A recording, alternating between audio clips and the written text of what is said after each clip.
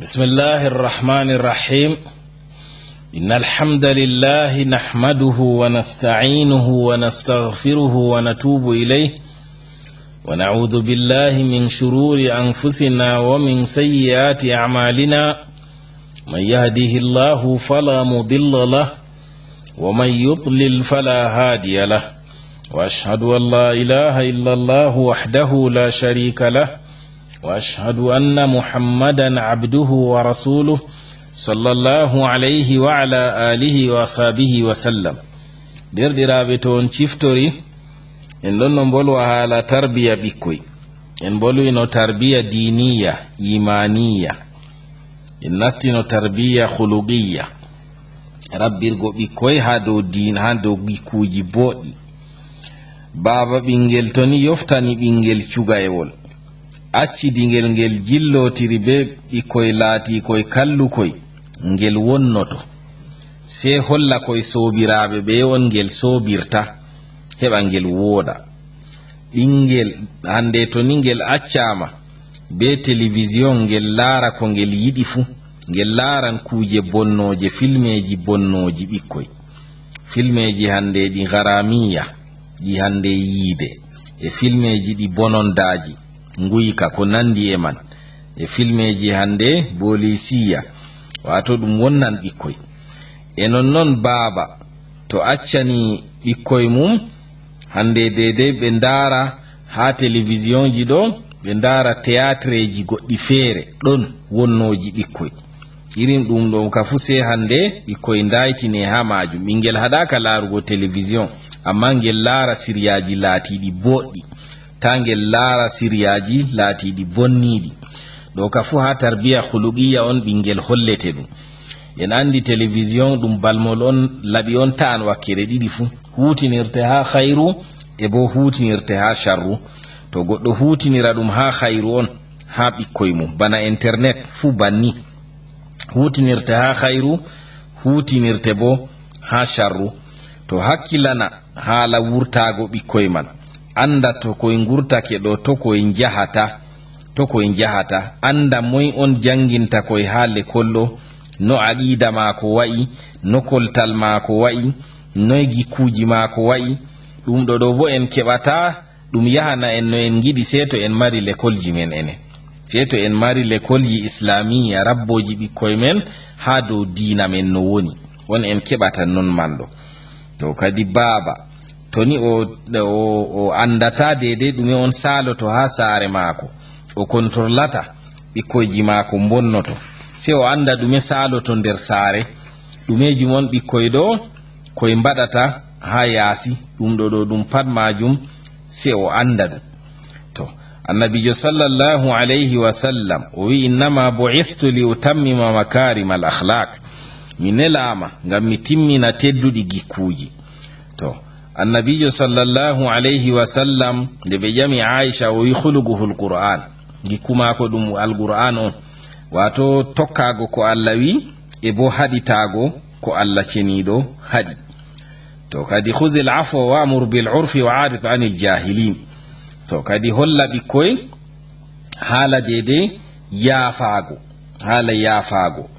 e non hande holla koy dede koy kuwa kuuɗe laatiɗe boɗɗe,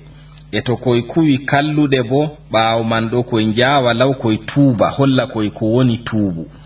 wato koy lorto hande koy kuwa kuuɗe boɗɗe. en andi hadise won ngol Tirmizi wurtini daga to Abu Dhar, o wi goɗɗo feere wari wi nelaaɗo Allah sallallahu alayhi wa sallam awsini, o wari o wi nelaaɗo Allah wasamle. nelaaɗo Allah wi mo ittaqillaha haythu ma kunta, hulu Allah ha a woni fu. gala se o wi zidni ɓesdanam. gala annabijo wi atbi'i sayyi'ata alhasana tamhuha, tokkino kuugal kallungal to a huwi ɗum ɗo kuugal bongal ngam moyta kallungal go. gala se goɗɗo go wi ha fayin zidni ɓesdanam. gala se annabijo wi khaliqin nasa bi khuluqin hasan, a yenda be himɓe be gikkuji boɗɗi. hala gikkuji on en gaddani hadise on. e nono annabijo sallallahu alayhi wa sallam o wi ha hadise on ngol Abu Dawud e Tirmizi filli wurtini, o wi afqalu ma yudau fil mizani yawma alqiyamati taqwallahi wa husnul khuluq. o wi ko ɓuri teddugo ko wallinte ha dow kiilo kuuɗe nyande darngal kulol Allah e bo woɗugo gikku hanjum won ko ɓurata teddugo. goɗɗo feere wari ha annabijo sallallahu alayhi wa sallam o wi'ata nelaaɗo Allah ya rasulallah maddinu o wi nelaaɗo Allah useni ko woni diina ɗo qala sai annabijo wimo husnul khuluq woɗugo gikku kanjum woni diina. ase woɗugo gikku ɗo ɗum hunde on mobde diina fu. to gikku ɓi adamajo woɗi ni wato kanjum woni o mari diina fu. goɗɗo man ɗo o wari dedei yeso annabijo pal on o wi ɗum banni. o lori o tarti o eggi o hettiri her wakkere nyaamo annabijo o wi ɗum fayin ya nelaaɗo Allah maddinu ko woni diina. annabijo wimo fayin woɗugo gikku. o lori o wardi hen nanre annabijo o wi annabijo fayin maddinu ko woni diina. annabijo wimo fayin woɗugo gikku. o lori o tarti o wardi het ɓaawo annabijo o wi ya nelaaɗo Allah am ko woni diina. annabijo yesitini laari mo wimo an ka a famata na ko woni diina ɗo tata a ɓerna kanjum on woni diina. annabijo wimo bani nden nayi o ƴami annabijo pat. annabijo nde tati ka pat ɗo jaaba mo wi'a mo woɗugo gikku on woni diina. sei ha nayabre ɗo on annabijo wimo an ka a famata na aɗo ƴamto ɗo ko woni diina ɗo tata a tikka on ta a tikka. en andi Allah yi wala tastawi alhasanatu wala sayyi'a idfa' billati hiya ahsan fa idha alladhi baynaka wa baynahu adawatun ka annahu waliyyun hamim. Allah wi boɗɗum be kalluɗum fotata. faddiru kalluɗum ɗo be ko ɓuri woɗugo. to a waɗi non ni mo konnagu woni hakkunde ma be mum o wartan o giɗo ma o sobajo ma. to kadi ɗum ɗo sei en kolla ɗum ɓikkoy iga koye pamaroy. Allah yi wal kazimina al ghaiza wal afina anin nas wallahu yuhibbul muhsinin. motoɓe mone mum yafotoɓe yimɓe Allah ka o yiɗi wo'inoɓe. en kolla ɗum ɓikkoy iga koye pamaroy. to nonnon hande tarbiya jusmaniya bo ɗon. tarbiya jusmaniya wato rabbugo ɓikkoy ha gal ɓandu maɓɓe ɗo ka ha gal gikkuji on en bolwani ɗo. to jonta bo rabbugo koye ha gal wakkere ɓalli maɓɓe. no koye rabbirte ha gal ɓalli maɓɓe nyamna koy yarna koy holtina koy. wa ala almawludi lahu rizquhunna wa kiswatuhunna bil ma'ruf. wato dañanaɗo ɗum ɗo ɗon dow maako o nyamna ɓe o holtina ɓe be mboɗenga. e nonnon annabijo sallallahu alayhi wa sallam o wi ha hadisol ngol imam muslim filli o wi dinarun anfaktahu fi sabilillah wa dinarun anfaktahu fi raqaba wa dinarun tasaddaqta bihi ala miskin wa dinarun anfaktahu ala ahlik a'zamuha ajran alladhi anfaktahu ala ahlik. annabijo sallallahu alayhi wa sallam o wi ceede ɗe a nafki ha laawol diina Allah be ceede ɗe a nafki ha rimɗingo jeyaɗo be hande ceede ɗe a nafki ha dow miskinjo a hokki talakajo be ceede ɗe a nafki ha dow himɓe saare ma. o wi ɗe a nafki ha himɓe saare ma ɗo on ɓuri mbar jaari. ase ɓillitugo himɓe saare ma feesinana ɓe ɗo kanjum ɓuri. to kadi tata ɓi adamajo yeebo ɓikkoye mum ta yeebo rewɓe mum ta yeebo ɓe. to annabijo sallallahu alayhi wa sallam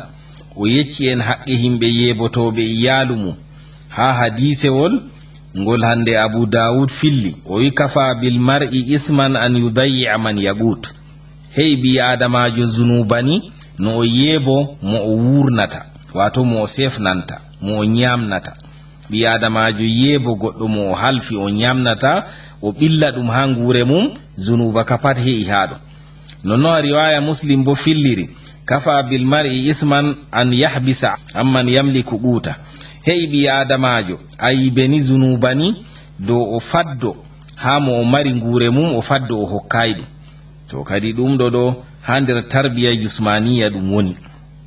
kanjuɗo nder tarbiya jusmaniya wato a nyamna ɓikkoy ma a yarna koy a holtina koy a nyawda koy a vaccina koy a faddana koy dede hande dede torra ko memata koy pat. to ɗum ɗo kanjum fu ɗum nder kanda annabijo sallallahu alayhi wa sallam holla koy dede no koy jardata. hande yara itta tata fofa ha nder hunde man holla koy no koy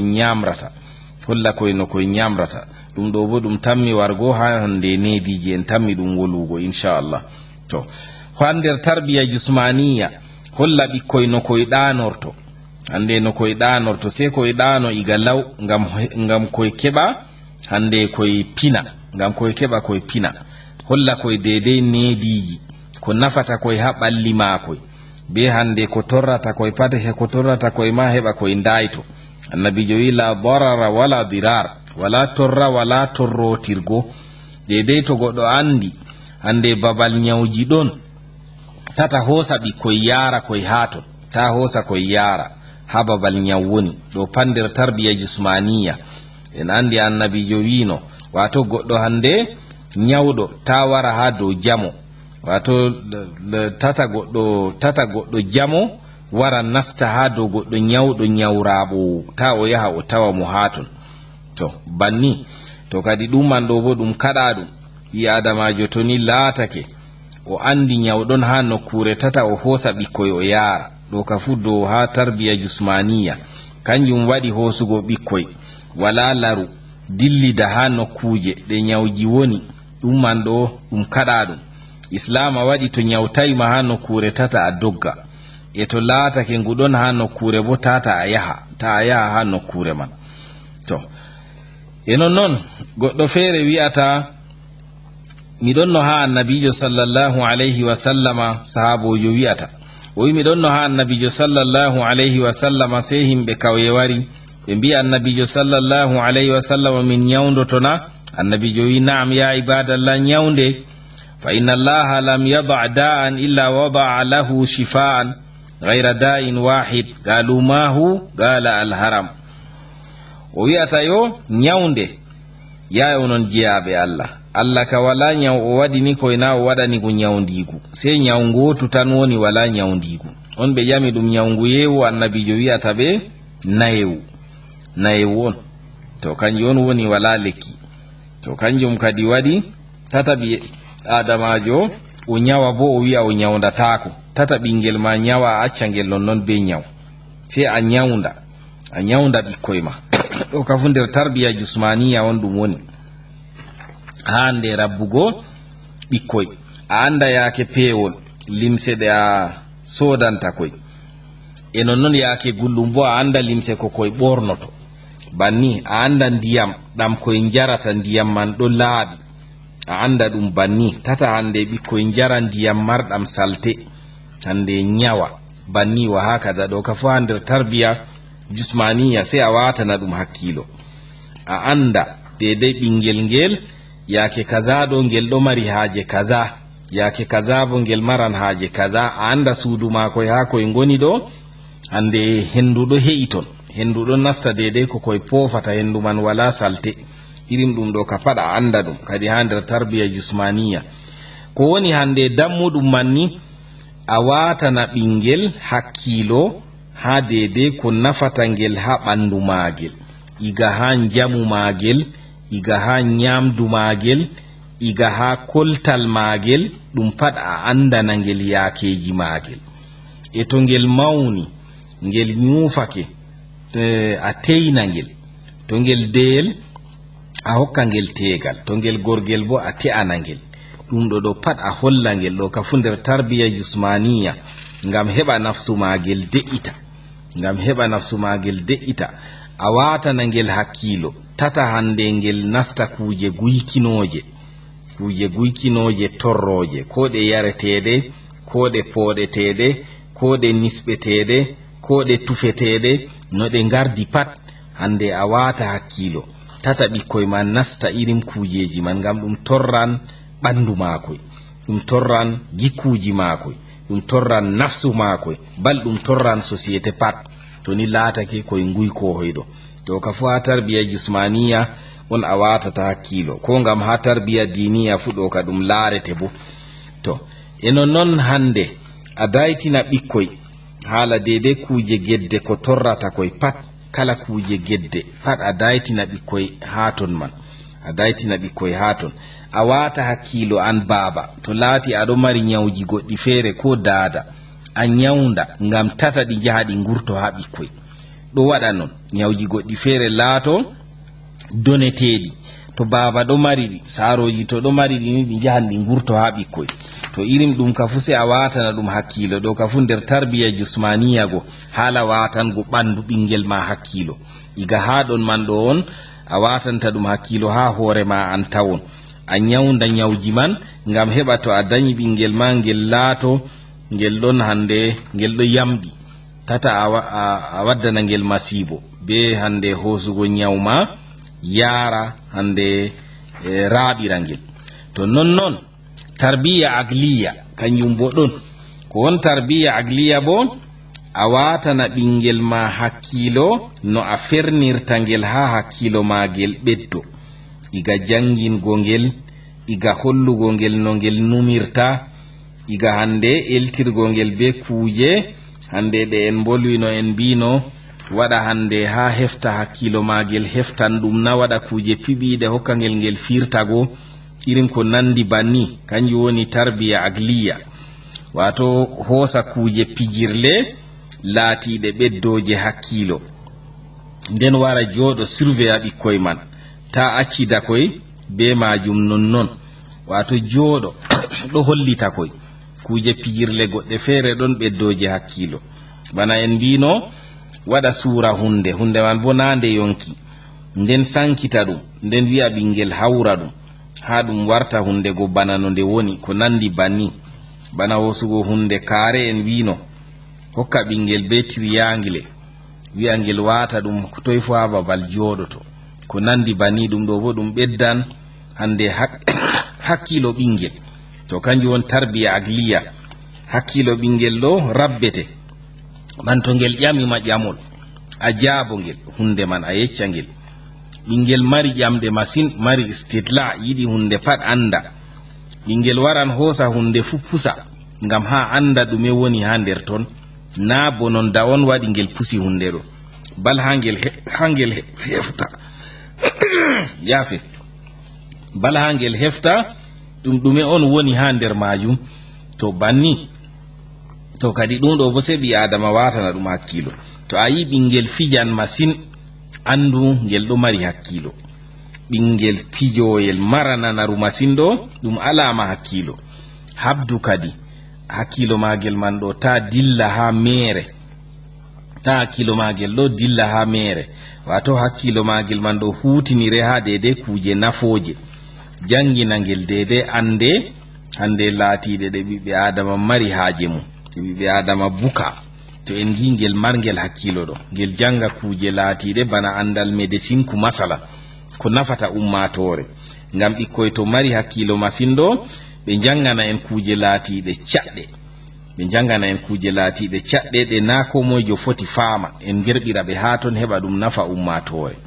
to kadi banni ɗo bo ha tarbiya agliya on kanjum bo ɗum laarete to holla ɓingel no ngel numirta kala nde hande muskila tawi ngel fu nda no ngel firtirta ɗum masalan to hunde fijirde magel wonnake a accida ngel be man ngel habda ngel jipta ɗum feere magel to irin banni ko nandi banni to irin ɗum ɗo ka fu ɗum ɓeddan hakkilo ɓingel ɗum ɓeddan hakkilo ɓingel kanjum woni rabbugo hakkilo ɓingel amma to kala ɗumen fu a wi a waɗana ngel ɗo kam wato ngel heftata kadi hakkilo magel go rabbatake to ko nandi banni e nonnon ha fayin wodi tarbiya goɗɗum feere bo ɗon tarbiya nafsiya wato ɗum a rabbirta ɓingel tarbiya nafsiya ko won tarbiya nafsiya bo ɓingel foti mara mostare a ittana ngel ɗum ɓingel foti ngel mata shu'uru bin naksi ngel mata tunkan ngel kangel ɗon bana ngel cikay ɓi adamajo ni bana ngel ɗo sakitini ngel wato ngel yotta himɓe daraja irin ko nandi bani to irin ɗum ɗo kafu se a susɗina ngel a holla ngel kangel ɗo société ɗo mari haaje magel ngel tilimngel on ɗon giɗi ngel on banginana ngel yiide to bana ɓingel foti laato ɓernoyel a ittana ngel ne tikkere ɗo a tokka a elta ngel a ittana ngel ɗum bana ɓingel foti mara kulol laata ngel hulan masin a ittana ngel kulol man ɗo bana ɓingel foti mara ngayandi a ittana ngel ngayandi man ɗo pat be hollitugo ngel to ɗum ɗo bo ha tarbiya wato nafsiya. To ko watta ɓingel mata shu'uru bin naqsi ɗo kuje ɗon jurko watta ɗum nder maaje man ɗo wato laato baba hosa ɓingel feere ɓurna ha dow gongel. to ngel yi'a a yiɗi derɗigel ɓuri ngel ɗum waɗan ngel shu'uru bin naqsi, ngel mata kangel ka bana ngel yottay goɗɗo ni, ngel ɗo sakiti kangel kangel yottay haaje. nono to laatake a ñaaɗanan ɓingel man, a ummanto ngel masin, ɗo fu ngel matan shu'uru bin naqsi. nono to ɓingel laatake bana atimeyel, ngel wala baba kangel, ngel yi'a ɓikkoyji pat ɗo keɓa kuje pijirle, keɓa limse yake julde, nden kangel bo ngel ɗo jooɗi. nono sai yi'a ngel mogoni ngel ɗo fongini, ngel ɗo mata shu'uru bin naqsi. to irin ɗum ɗo ka fu sai habda itta ɗum ha ɓikkoy. kanjum en mbino ɓikkoy atime hoy sai en ballotira ha dede hande jogago koy, en dara en anda ɗum mas'uliya men ha nder société. to ni baba ɓingel maayi acci ɓingel ɗo, enen yeɗɓe en mbatana ngel hakkilo, en ballita dada magel ha jogago ngel. to kadi ko watta shu'uru bin naqsi en mbi hande nder majum man ɗo, hande ɓingel to a yiɗi derɗigel ɓuri ngel, e nonnon hande to laatake baba magel maayi, to bana hande to laatake bana ko ngel ɗo mari nyaw, to ngel ɗo mari nyaw man gobo ngel ɗo nyukkina a nyawdayngel, to ɗo fu ngel matan shu'uru bin naqsi, ngel wara ngel ɗo mogini ngel yiɗa nastugo himɓe. to irin ɗum ka fu sai goɗɗo tefa ɗum kadi, sai goɗɗo tefa ɗum. to nonnon to aɗo yawna ɓingel fu ngel matan shu'uru bin naqsi. nonnon to a hande to laatake ɓingel ɗo mari ayibe ha tagdi mum, ko ngel jijingel, ko yitere magel woore yiyata, ko kosngal ngel ɗon hande kosngal gotal waati, ko jungo woto waati, fu ɓingel matan shu'uru bin naqsi. ngel yi'a kangel ka bana ngel ɗo ngakkini, ngel yottay goɗɗo, bana ngel tampungel kangel. to sai a susɗina ngel kadi a wallita ngel. nonnon talakaku to ni ɓikkoy pat ɗo keɓa kuje, amma kangel ngel heɓata ngam dalila talakaku ma an baba, ɗo fu ngel matan shu'uru bin naqsi. to ɗo ka fu sai a wata hakkilo. to ɓingel ɗo mata shu'uru bin naqsi ɗo bo wala ko ngel foti wadgo, ngam kala ɗume fu kangel yi'a ngel wawata, kala ɗumejum fu ngel ɗo yi'a kangel wawata waɗugo. sai susɗina ngel, holla ngel kangel ɗo ngel yotti waɗugo ko ɗumejum, holla ngel banni. to ngel waɗi hande ayibe, tata a wi'a kala ko ngel waɗi pat sai a yangita ngel, nanon ayibeji goɗɗi feere sai a yaafo. amma to a tokki kala dede ko ɓingel waɗata fu a wi'a yangitira ngel ha dow majum, ɗo ngel yahan ngel mata shu'uru bin naqsi go, ngel warta ngel ɗo mogi banni. to ɗum ɗo pat kadi sai ɗum laare goɗɗo fodna hakkunde ɓikkoy mum.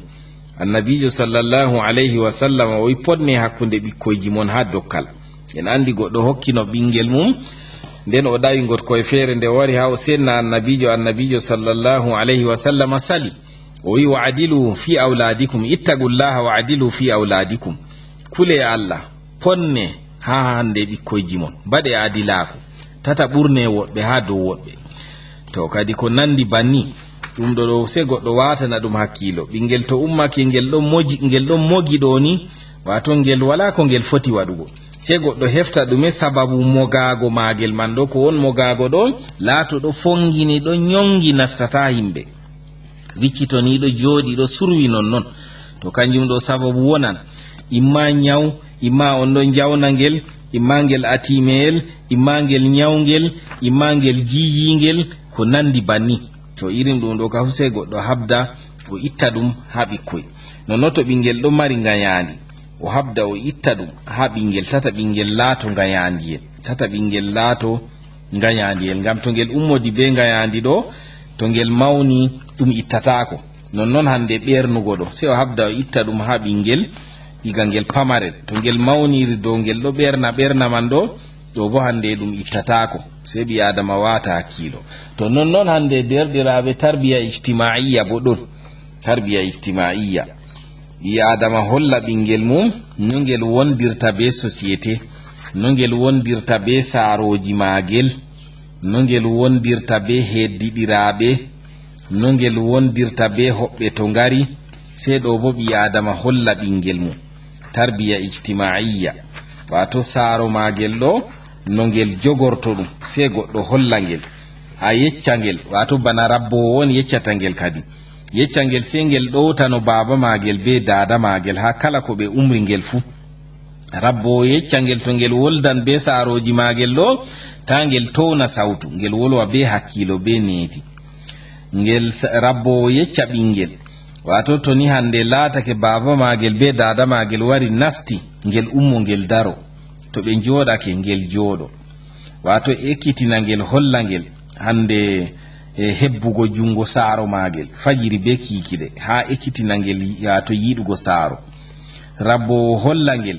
hande dedei ngel ayna dedei hande saaroji magel ɗo ko wi ngel pat ngel waɗa fannu hunde man nde laatay ɗum geddal ngel teddina ɓe ngel hokka ɓe kala ko ɓe tefi ngel hokka ɓe fu to ɓe neli ngel ɗo ngel yaha ngel waɗa hunde man e bo rabbowo holla ngel sarwotira be saaro magel ha kala hunde fu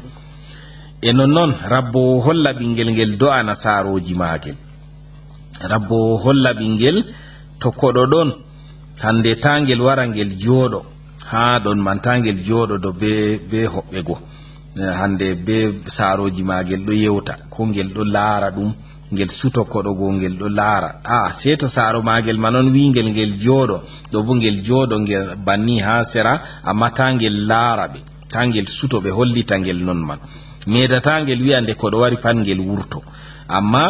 sei holla ngel needi to ngel jooɗake man bo nda no ngel wonata ta ngel suto koɗo ɗo ngel ɗo laara ɗum banni wa hakaza to rabbowo holla ɓingel ngel waɗa deidei ko senata saaro magel ko saaro magel umrangel hunde fu to ngel andi to ngel waɗi saaro magel seyo to ngel waɗa nonno rabbowo holla ɓingel ta ngel telɓa ha yeeso saaro magel ko goɗɗo fu ta ngel telɓana ɗum ko derɗirawo magel ta ngel telɓana ɗum e nonnon rabbowo holla ɓingel to saaro magel ɗo wolwa ta ngel ta'ana ɗum wolde mum rabbowo holla ɓingel to ngel wurtan ngel dilla sei ngel dumtina saaroji magel rabbowo holla ɓingel to saaroji magel ɗo ɗaani ta ngel wara ngel findina ɗum rabbowo holla ɓingel hande to ngel mawni ngel te'i ta ngel ɓurna debbo magel ɗo ha dow saaro magel rabbowo holla ɓingel ta ngel fela saaroji magel ko saaroji man waɗi hunde nde yahay fu na kangel on felata ɗum ngel laara goɗɗo mo leeɓi yecca saaroji man on yecca ɓe rabbowo holla ɓingel ta ngel wara ngel jala be hoolo ha yeeso saaroji magel rabbowo holla ɓingel to ngel ɗo nyamda be saaro magel ta ngel arta saaro magel fuɗɗugo nyamgo rabbowo holla ɓingel ta ngel nyama ha yeeso saaroji magel wato ta ngel esa nyamdu wondu ha yeeso saaro dedei ko heddi be saaro magel e nonnon rabbowo holla ɓingel tata ngel wara ngel waalo ha saaroji magel ɗo jooɗi wato sei to ɓe ndugani ngel ta ngel wara ngel waalo kangel kamɓe wo ɓe ɗon jooɗi sei to ɓe kamɓe on dugani ngel rabbowo holla ɓingel ta ngel jooɗo ngel forta kosɗe magel ngel tiitina saaroji magel ko bo goɗɗo feere ko koɗo nonno rabbowo holla ɓingel tata hande to ɓe ngari ɓe jottake ha suudu ta ngel arta ɓe nastugo sei to kamɓe on ɓe nasti to ɓe jahan bo ngel acca saaroji magel on heeda yeeso allahumma sei to ngel ɗo tammo wod hunde torrore woni ha yeeso man ɗo kaka ngel on ngel arta nastugo suudu man ngel heeda bo yeeso man rabbowo holla ɓingel to saaroji magel ewni ngel noto be lawlaw ngel wara rabbowo holla ɓingel ngel teddina sobiraɓe saaroji magel yaake ɓe ɗon geedi be ɓaawo maygo maɓɓe fu rabbowo holla ɓingel ngel tokka ngel do'ana saaroji magel rabbowo holla ɓingel wato goɗɗo to laatake hande ɗo luuri be saaroji maɓɓe ɗo to ni hande ɗum luural ko laarani haala hande dede sharia Allah on waadi ɓe saaro maako ta'i o yaman kanko bo sei o ta'o on man ngam Allah e nonnon rabbowo sei o holla ɓingel haala bandiraɓe magel bo wato sei ngel watana ɗum hakkilo kadi derɗaɓe wakkati men waɗi sei en kaɗa ha ɗo ɗum mahmoud goni on keɗiti ha siriya ko laarani wato rewɓe e ɓikkoy en dari ha dow hande ha haala hakkilango saaroji e bandir